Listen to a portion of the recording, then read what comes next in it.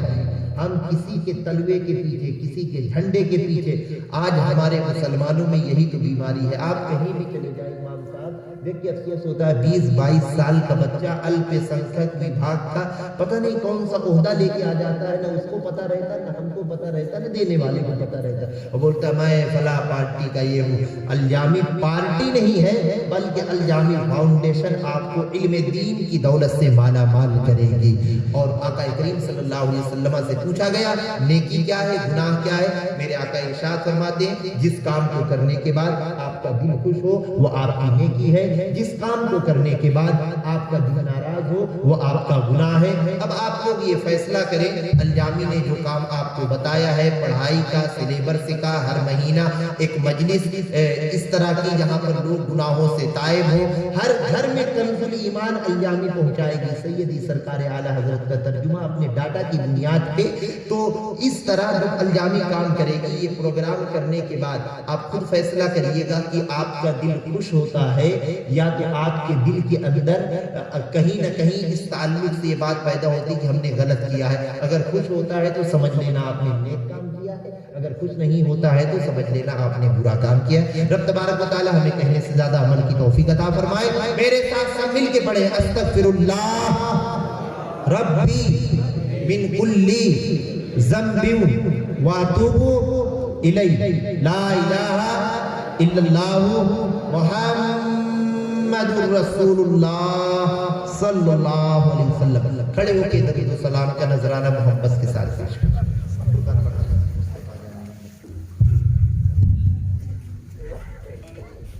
مصطفیٰ جان رحمت پہ لاکھوں سلام، مصطفیٰ جان رحمت پہ لاکھوں سلام، شمع بز میں ہدایت پہ لاکھوں سلام، شمع بز ہدایت پہ لاکھوں سلام، شہر یاد یہی رنگ تاجدار حرم، شہر یاد یہی رنگ تاجدار حرم، نوار شفاعت پہ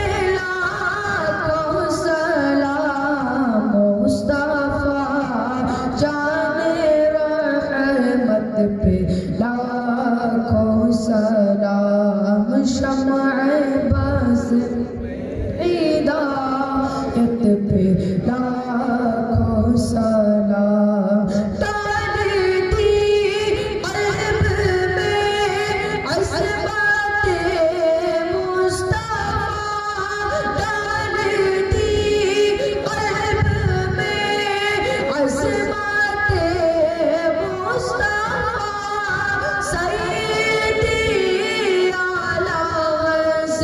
رت پہ لاکھوں سلام، مصطفیٰ جان رحمت پہ لاکھوں سلام، شمع بز میں ہدایت پہ لاکھوں سلام، مجھ سے خدمت کی قدسی کا